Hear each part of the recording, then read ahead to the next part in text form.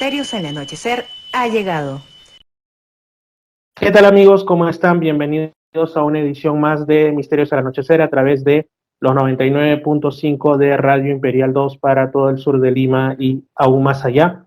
Asimismo también ustedes saben que los días sábados tenemos una edición que en este caso es para las provincias de Lamas y San Martín a través de estación Lamas 96.3. Los contenidos suelen ser distintos, aunque a veces también hago algún tipo de retransmisiones. Su amigo Fernando Chapi Martínez al habla y saben también que después todos los contenidos, si los quisieran posteriormente compartir con otras personas, volver a verlos y o escucharlos, están en Misterio Infinito Perú en YouTube. Y bueno, ustedes saben que aquí en el programa se tratan diversos temas, no solamente los que indica su nombre, que están relacionados a los distintos enigmas de la humanidad, sino también temas sociales, culturales, música, etcétera, ¿no? Y justamente, pues ahora tenemos uno de esos temas, como yo les digo, sociales, en el sentido de que nos atañen a todos, como valga la redundancia, sociedad en general. Nadie escapa a ellos, ¿no? Concretamente, pues ya hay la percepción de que estamos acabando la pandemia de la COVID-19, ¿no? Aunque oficialmente no se ha dado por terminado, hay algunas noticias de rebrotes más o menos grandes en algunos puntos muy específicos del globo, pero a nivel de nuestro país, digamos que es la sensación predominante y por eso nos vamos a centrar de esa manera. Tengo una invitada en este caso, es la psicóloga Giovanna Hernández. Ella ha sido mi profesora, mi docente en los años anteriores cuando estuve estudiando durante algún tiempo la carrera de psicología en una universidad de la ciudad de Lima y pues ha accedido a estar en este programa, por lo cual pues estoy muy agradecido. ¿Qué tal, profesora Giovanna? ¿Cómo está? Fernando, muy bien. Gracias por la invitación y empecemos el diálogo. Así es.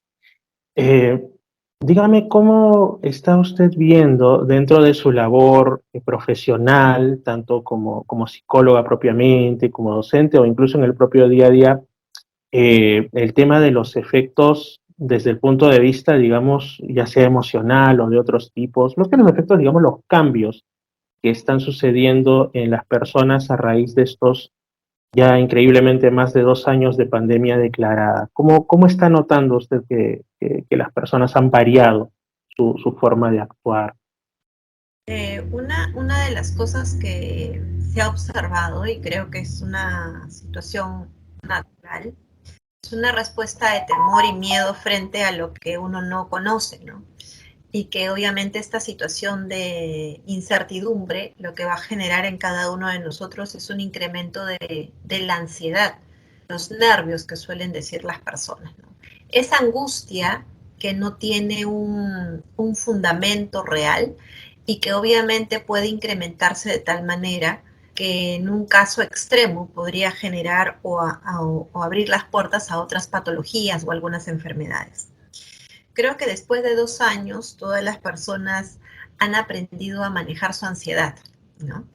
Es decir, han empezado a desarrollar o han puesto sobre el tapete lo que significa la resiliencia, esta capacidad para reajustarse frente a la situación en la que nos encontramos.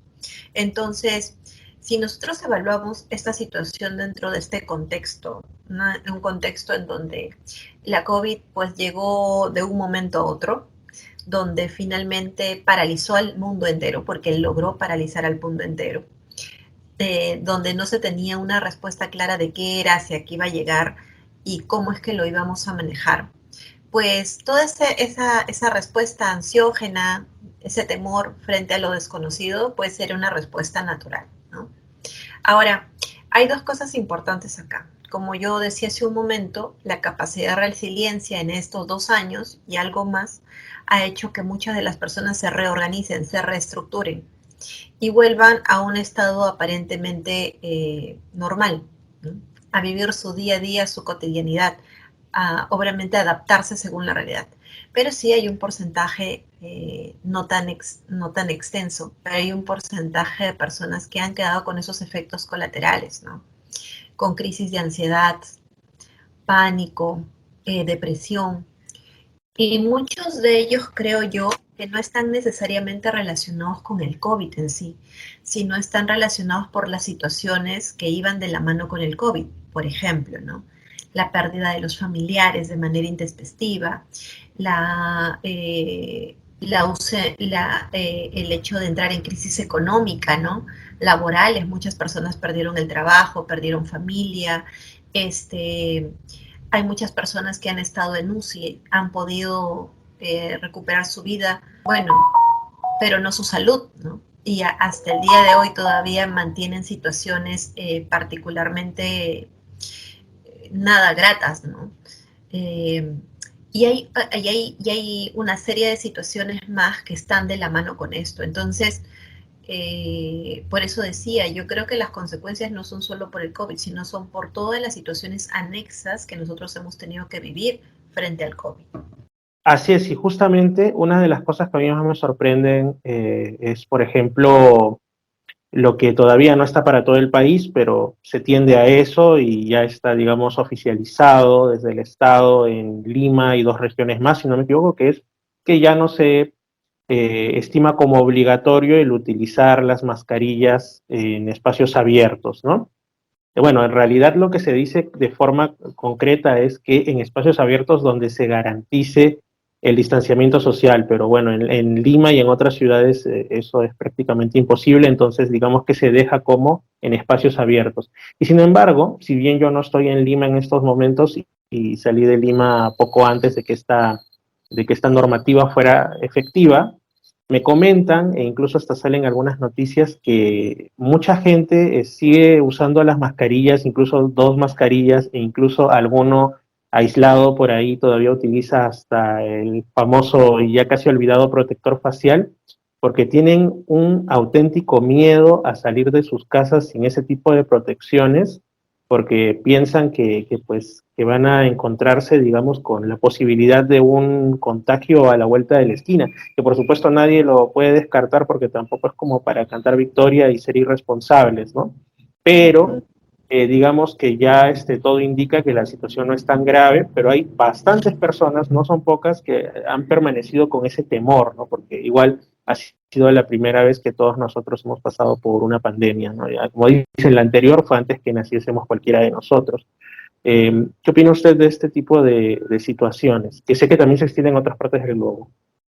Sí, en otros países eh, es interesante ver cómo la gente ya no usa mascarillas. Y cuando uno viaja fuera del país y observa eso, para alguien que ha vivido esta situación en nuestro país, pues es realmente darse un encuentro frente a una realidad totalmente nueva y distinta, ¿no? Y siempre existe ese temor. Ahora, a mí me gustaría, sobre lo que tú planteabas, analizar algo en particular. ¿Qué significa la educación en salud? Por ejemplo, si bien es cierto, las mascarillas siempre han existido.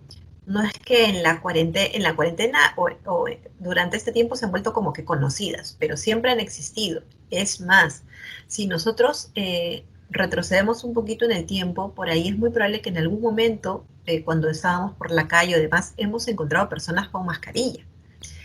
Y si somos un poquito más acuiciosos, es muy probable por ahí, no sé, si nos están escuchando de zonas que son muy turísticas, es muy probable que ustedes en zonas muy turísticas como por ejemplo Cusco, hemos encontrado personas de otros países o de otros continentes con mascarilla antes de la cuarentena.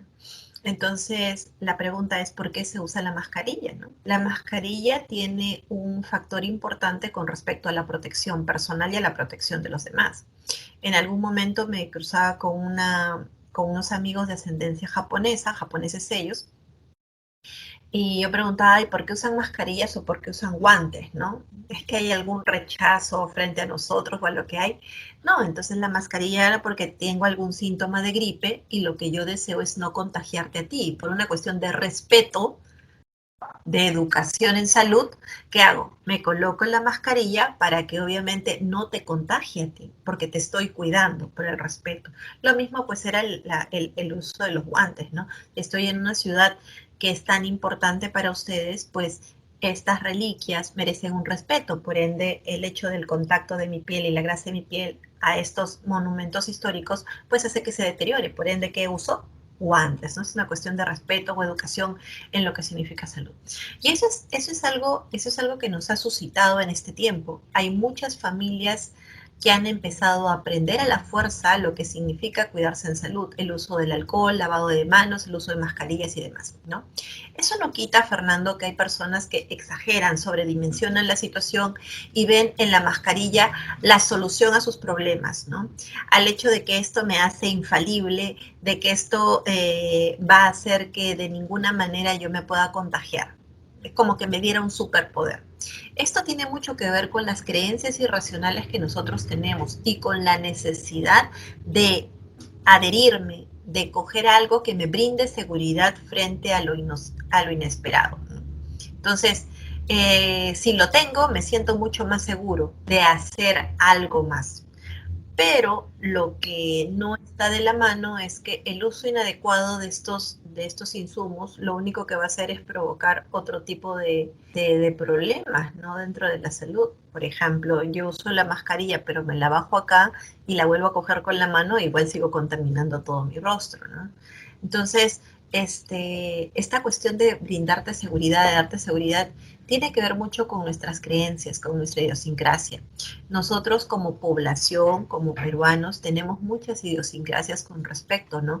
A ciertos objetos que nos van a brindar esa seguridad o amuletos o demás, en donde, como se dice, aseguramos o logramos captar no solamente la atención, sino también logramos captar e identificar pues esa fuerza o esa necesidad que nosotros a veces no tenemos y que como si se las proyectamos en ese objeto para que nosotros podamos seguir o avanzar libremente, ¿no? Entonces, va por ahí.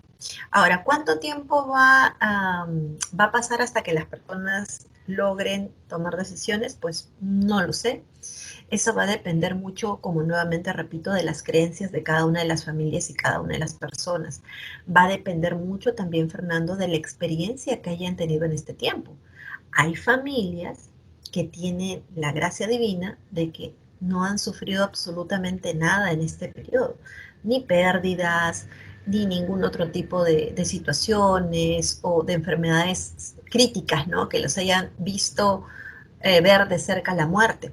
Entonces quizás para ellos, ¿no? Es mucho más sencillo, por ejemplo, desvincularse de estos materiales porque perciben de que no ha sido su realidad.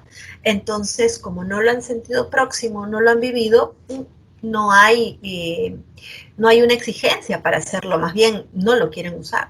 En cambio, también tenemos la experiencia de otras familias que lo han vivido, que han sufrido situaciones muy traumáticas, ¿no? Muy traumáticas, y que ahí existe un temor tan grande que se ha generado por esas experiencias en familia o en casa o demás, que les va a costar muchísimo quitarse, ¿no? Desprenderse de estos objetos que para ellos resguardan y les dan seguridad y obviamente significan vida, ¿no? Ujú. A mí lo que me llama bastante la atención, y creo que es algo que ha sido también completamente nuevo, ha sido casi una... Definitivamente es algo sobre lo que, si no se están escribiendo ya, en el futuro a corto, mediano y definitivamente largo plazo se van a escribir libros incluso desde la psicología, la sociología y otras ciencias más, otras ciencias humanas más, es las reacciones que tuvieron las personas, sobre todo al inicio del periodo de pandemia, ¿no? Primero pensábamos, yo también me incluyo en el grupo, que pues no era una cosa tan grave, que era algo que iba a ser pasajero, incluso sí hubo personas que se lo tomaron bastante en serio, pero desde el desconocimiento de cómo actuar frente a ello, ¿no? Las famosas colas en los supermercados para comprar elementos totalmente fuera de, digamos, del lugar como el papel higiénico o determinados elementos para guardar comida, ¿no? Como si se tratase más de un desastre natural en el sentido de un terremoto o algo así, que digamos de un virus.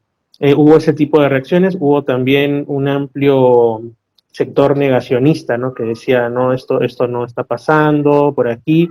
También surgieron una serie de cosas que incluso yo las vi en el momento, en el lugar en el que me encontraba en ese entonces en Perú, en la Amazonía, pero en Puerto Maldonado. Mucho de la gente, incluso en las radios, hablaba de que pues todo era un plan orquestado, que eso no existía y que incluso estaban pues elementos como el 5G que justamente por esos momentos se estaba implementando y otros más, ¿no? Que, bueno, había una amplia desconfianza que poco a poco fue aminorándose justamente con los lamentables sucesos que a muchos les tocaron en sus propias familias. Entonces ya no podían decir que era algo inexistente o algo sobredimensionado porque ya les tocó muy, muy cerca, ¿no? En mi caso también. Yo creo que todo esto ahora lo podemos ver un poco más en frío, pero me gustaría saber su opinión, ¿no? Respecto a estos cambios de percepción que ha habido también conforme avanzaba la pandemia. Claro, una de las cosas importantes que hay que delimitar es que frente a lo desconocido uno no va a saber cómo actuar. Creo que es natural en todos el hecho de haber mencionado una palabra como significa pandemia, no haberla dimensionado en lo que llegó, ¿no? Es más, creo que Perú fue uno de los países que más medidas en salud y drásticas tomó. Increíblemente tuvo uno de los mayores porcentajes de muerte a nivel mundial, ¿no? Entonces, eh, y tiene que ver mucho con lo que tú mencionabas. Este proceso de desconocimiento implica un proceso de aprendizaje, ¿ok? Y este proceso de aprendizaje se va a ir dando en la medida en que la persona vaya experimentando las situaciones y viendo por ensayo y error cuáles son las que son factibles para ella y cuáles no. Yo no sé si recuerdas al inicio, pues la gente se echaba alcohol, se agotaba el alcohol, o también se echaba mentolato, o el kion se agotó, el ajo y los preparados con todas las rutinas, y era un proceso de experimentación total, en donde por ensayo y error, si algo les había resultado, eso lo continuaban haciendo, y si no, no, ¿no? No, porque también no había un respaldo de una orientación técnica, científica, porque se estaba investigando y se estaba a la par también descubriendo las cosas. Entonces, esta falta de guía, esta falta de centralización de una información realmente veraz, es lo que ha hecho que las personas pues vayan generando ideas y creencias sobre lo que en su experiencia les ha dado soluciones. ¿Ok? Hoy en día, claro, ya lo vemos totalmente distinto, ya sabemos cómo ha ido evolucionando la situación, ya podemos ir determinando las cosas, pero nos queda de aprendizaje cómo es que el ser humano se va reconstruyendo minuto a minuto, momento a momento, y cómo es que nosotros tenemos la capacidad de reeducarnos constantemente. Hay muchas personas, como bien lo dices tú, que en la primera ola del COVID simplemente no creyeron en el COVID. Y a muchas les alcanzó en la segunda o en esta tercera ola, que creo que la mayor cantidad de la población se contagió, ¿no? El punto positivo es que en esta tercera ola ya la mayoría tenía cierto respaldo a nivel de no solamente de las vacunas, ¿no? Sino también ya de procedimientos y la nueva cepa pues era mucho más suave que las anteriores, ¿no? Pero hay mucha gente que se nos fue en la primera y en la segunda ola y que es algo tan sorprendente que hasta en los hospitales no tenían procedimientos adecuados para poder tratar al paciente. Entonces, imagínate tú, ¿no? Ponte en la posición de niño. Tú como niño, cuando pasa algo, lo primero que vas a hacer es vas a mirar a la mamá y al papá, porque la mamá y el papá van a direccionar lo que tú vas a hacer. Si la mamá grita o el papá grita, ¿tú qué vas a hacer? Por imitación, gritas. Ahora imagínate que todos somos niños y no tenemos un papá y una mamá. Entonces pasa algo y nosotros miramos y no sabemos qué hacer. Eso es lo que sucedió con nosotros en una explicación mucho más sencilla. Entonces, poco a poco, ¿qué fue? Fueron apareciendo los líderes, ¿no? Qué tan importante era para nuestra sociedad que aparezcan líderes dentro del área, no solamente política, social, sino también en salud, que realmente puedan guiarnos de manera sensata hacia qué, hacia tomar decisiones de las más adecuadas.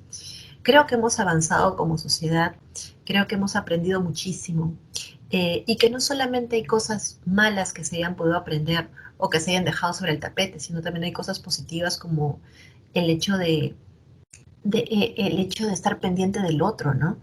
El hecho de compartir, el hecho de ser solidario.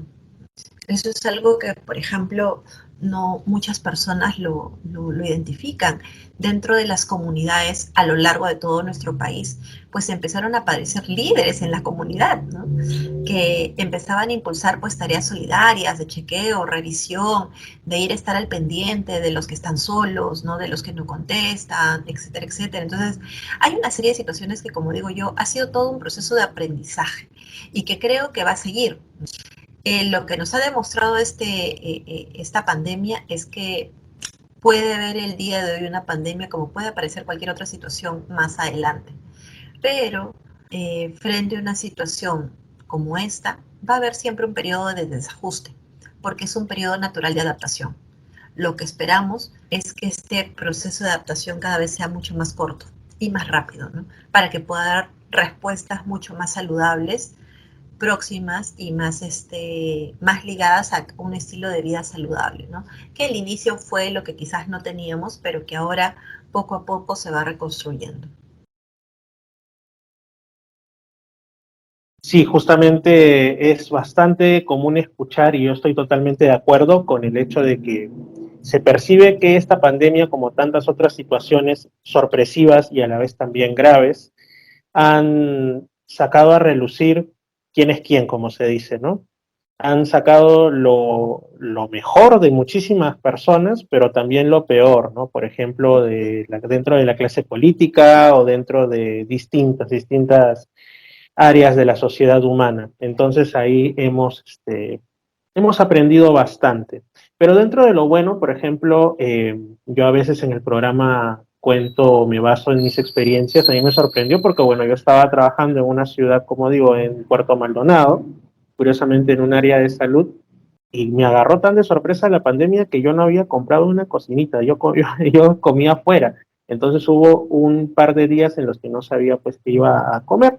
Y una de las vecinas con las que había hablado muy poco se ofreció a darme comida. Me dio comida durante ese par de días que yo conseguía una cocina, ¿no? Y sin conocerme más que de hola y así, ¿no? Entonces yo me quedé así profundamente tocado por esa muestra de solidaridad que a veces se encuentra más en comunidades pequeñas, etcétera, ¿no? Lugares no tan poblados que en una gran urbe donde a veces lo que prima es el cerrarse ante el otro por la desconfianza del ¿y este quién será? ¿No? Entonces, fue una cosa, para muchos podrá parecer anecdótica, pero a mí me marcó y me hizo replantearme muchas cosas a nivel personal, ¿no?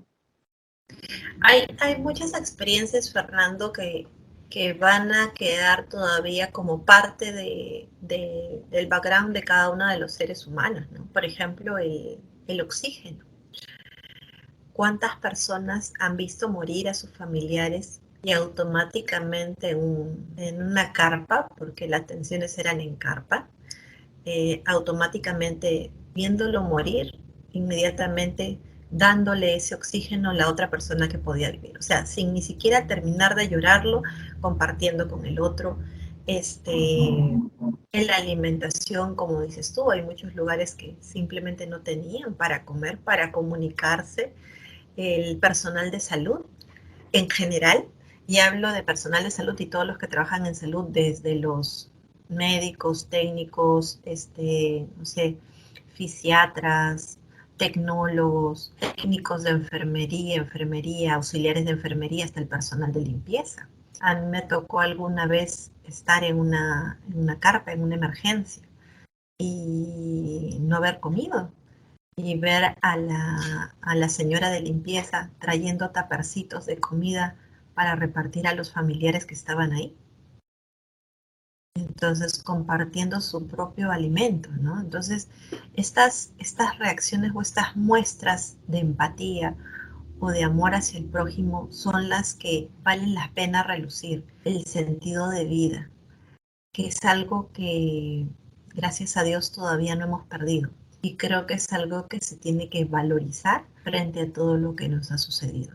Yo creo que nuestra población ha aprendido a duras penas a mirar al otro con compasión, porque mirándose al otro se mira a uno mismo, ¿no? Y eso lo ayuda a ser cada vez más grande, a reconocer lo bueno que haces y también a decir, con esto no estoy de acuerdo.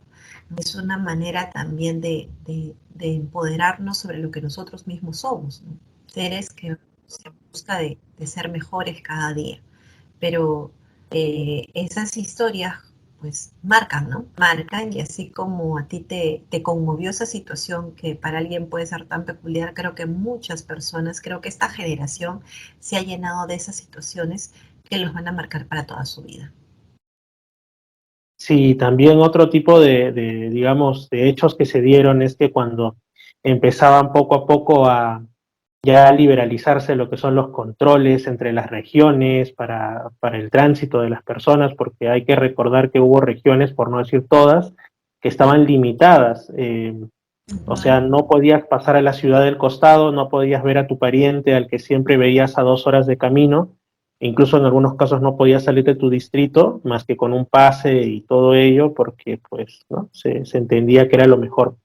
Sin embargo, ¿qué es lo que ocurre? Que la gente, cuando ya todo esto se fue normalizando, ha empezado, pues, hasta los que no solían viajar, me refiero a viajes recreativos, no necesariamente a viajes de trabajo, empezaron a tener esa ansia de conocer nuevas personas, de socializar más, de viajar de un lugar a otro, y yo algunas veces, pues, pregunté a algunas de estas personas, en mi caso yo siempre he sido de viajar, así que no es ningún cambio, pero a otros yo les decía, y prácticamente la respuesta con matices, pero en la misma línea iba de decir, bueno, es que no sabemos hasta cuándo estaremos vivos, ¿no? No sabemos vivir el día a día intensamente, para lo bueno, por supuesto, ¿no? Y entonces ese es un cambio que lo he visto a nivel hasta de la cultura popular, hasta del arte, y yo creo que eso es algo que va a permanecer, por lo menos, para la generación que somos adultos ahora y lo hemos vivido de adultos, como quizá también para la generación posterior, ¿no? Que ahora son niños y se han topado con esto casi desde la cuna. Y es muy interesante. Es que es una necesidad natural el vivir. Quizás toda esta situación fue un cuestionamiento de lo que nosotros estábamos arraigados, ¿no? Un joven en nuestro país, para poder mantenerse económicamente estable, tiene que tener a veces 2, 3 trabajos. Una madre de familia tiene que tener también 2, 3, 4 trabajos, ¿no? Un cachuelito por ahí para poder subsistir. Y en toda esa demanda de tiempo, a veces no te dabas tiempo para ti. Y ahora lo que has entendido es que, y lo que se aprendió en la pandemia era que así como si tú no tuvieras nada de dinero, así como el que tenía muchísimo dinero, ambos no podían tener la salud. La salud era como una ruleta rusa. No te, ¿cómo es? No era ninguna, no había una predilección por alguien, todos por igual, todos lo hemos pasado por igual, ¿no? Entonces, eso hace que también te llame la atención el hecho de cómo tú quieres volver a rehacer tu vida, ¿no? Reempezar tu vida o darte el espacio, los tiempos para ti. Si has visto, por ejemplo, las últimas, no lo sé, los últimos procesos, ¿no? Las fiestas, las reuniones que últimamente se dan, pues hay mucha gente que se está volviendo a reencontrar, que hay personas, o sea, por ejemplo, los adultos mayores que no tenían contacto con la parte informática, ahora ya manejan el celular, el WhatsApp, el Internet, otros elementos, no sean, ¿por qué? Porque existe una necesidad de reconectarse nuevamente. Es una necesidad natural de sentir que estás vivo, pues, ¿no? Ujú. E incluso hay personas que se han conocido después de 2 años o algo así, porque ha habido personas que han culminado su universidad o han empezado un trabajo y lo han hecho todo a través de una pantalla, ¿no? Ha habido grandes amistades que se han formado y no se conocían durante 2 años hasta que al final recién pudieron darse un abrazo o estrecharse la mano, ¿no?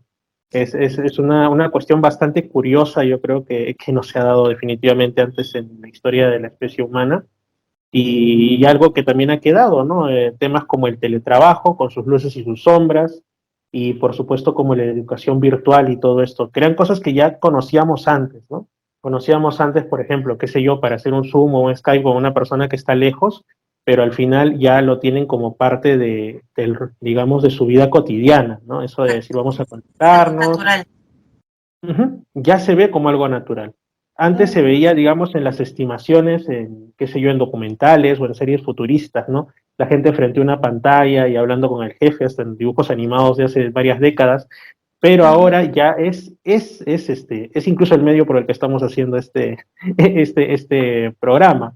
Así que sin ir tan lejos, pero quizá como un tema ya para finalizar esta interesante conversación, como lo habíamos planteado, me acuerdo de un inicio, sería pues muy interesante el ver por su parte cómo es que las creencias, sean de tipo religioso, espiritual, antropológico, etcétera, al final han ayudado y siguen ayudando a muchas personas a sobreponerse a estas circunstancias tan inesperadas como difíciles, ¿no? Me gustaría que nos hablase al respecto. La cuestión de fe es súper importante, ¿no? Dentro de lo que significa, por ejemplo, la psicología de la salud, entendemos nosotros que la persona es un ser biológico, psicológico, social, espiritual, ¿no? Entonces, biológico hablamos de toda nuestra estructura orgánica, nuestro cuerpo. Psicológico porque nosotros pensamos, sentimos y también nos conducimos, actuamos. Y social porque estamos interactuando con las demás personas.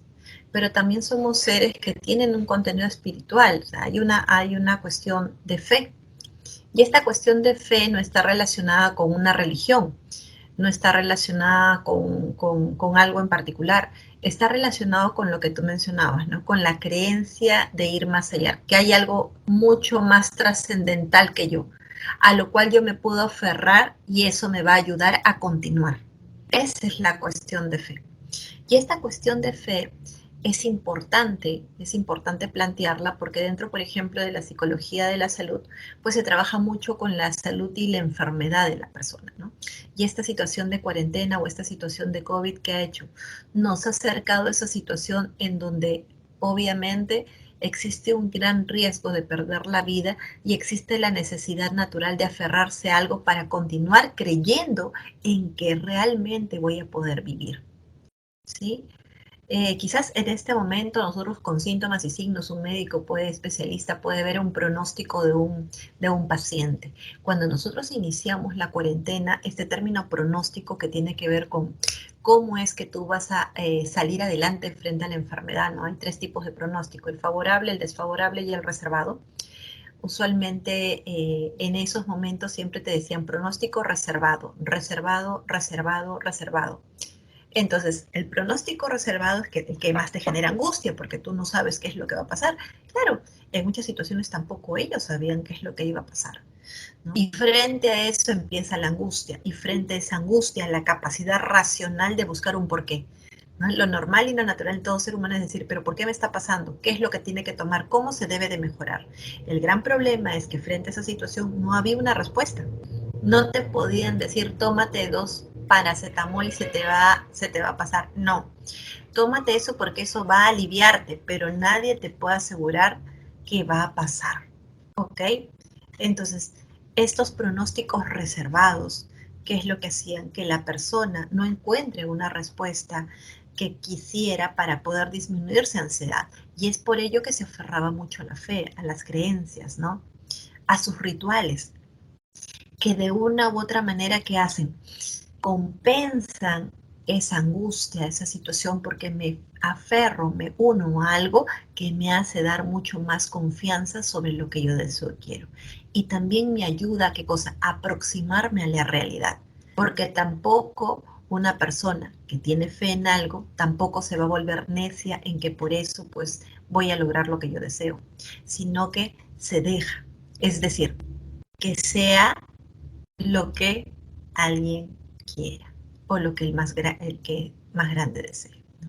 Y también le ayuda a aceptar ese proceso de pérdida. Que si nosotros lo desvinculamos y lo sacamos de lo que significa la esencia del ser humano, va a ser mucho más difícil poder entender. Entonces, como todo ser humano, es parte de nuestra naturaleza.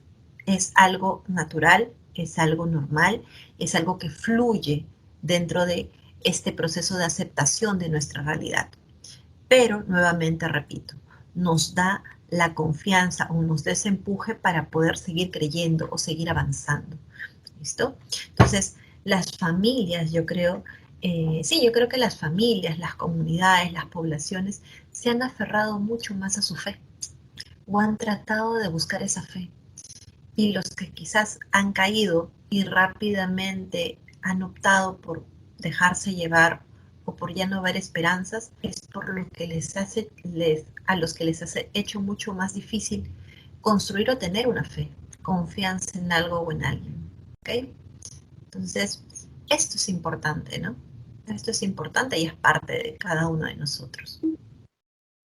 Sí, algo que yo veo también con sorpresa y en realidad me parece, tal como lo ha mencionado, una cuestión positiva, es que como en otras ocasiones en que la humanidad entera o parte de ella ha pasado por, digamos, circunstancias traumáticas, ¿no? Como una posguerra, en este caso una pospandemia o una pandemia todavía, digamos, en retroceso, es que hay un reavivamiento espiritual, como digo, como usted bien ha dicho, no se trata de una religión en particular, sino que alrededor del mundo las personas pues han estado muy pendientes de la reapertura de templos o los propios viajes que emprenden tienen en cierto modo una temática de conexión espiritual, ya sea como una cuestión más panteísta, ¿no? La naturaleza, o agradecen ya sea a Dios o al universo, o sea, se ven una serie de cosas incluso entre personas que usualmente ya no digamos que no eran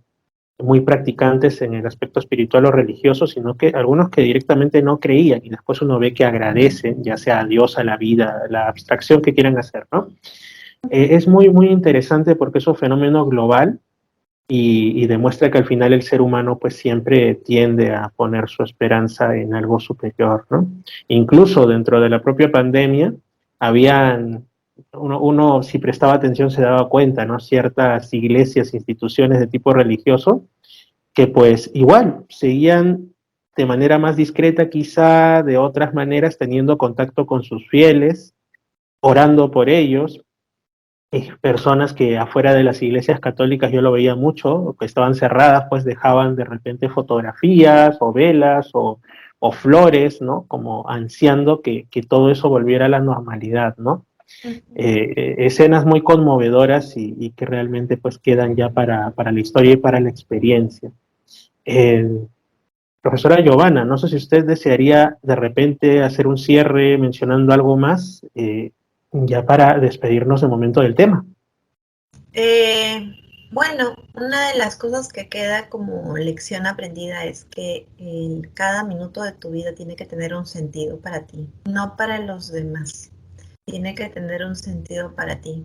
Y que si hasta este momento no te has arriesgado a hacer las cosas, pues es momento de hacerlo, porque puede ser que luego ya no lo hagas y solamente quede en que trate de hacerlo. Creo que fue una de las cosas que más vueltas dio sobre la cabeza a muchas personas. Hubiese hecho esto, hubiese hecho el otro, hubiese hecho. Y el hubiese, no, simplemente quedó en el pasado y nosotros ya estamos ya pisando el futuro. Así que es mejor dejar de lado ese hubiese para empezar a hacer las cosas desde ahora. Y eso va a hacer que obviamente pues fluyas mejor, que avances mejor y que te sientas mejor y estés listo para lo que venga. Así es. Muchas gracias, profesora Giovanna. Mi agradecimiento total por haber formado parte de este inicio, de esta edición de Misterios al Anochecer. Y pues bueno, será hasta una próxima oportunidad. Listo, Fernando. Muchísimas gracias para ti también. Un fuerte abrazo para todos. Muchas gracias. Síguenos también en YouTube, Facebook e Instagram como Misterio Infinito Perú y en Spotify como Reflexiones y Misterios con Fernando.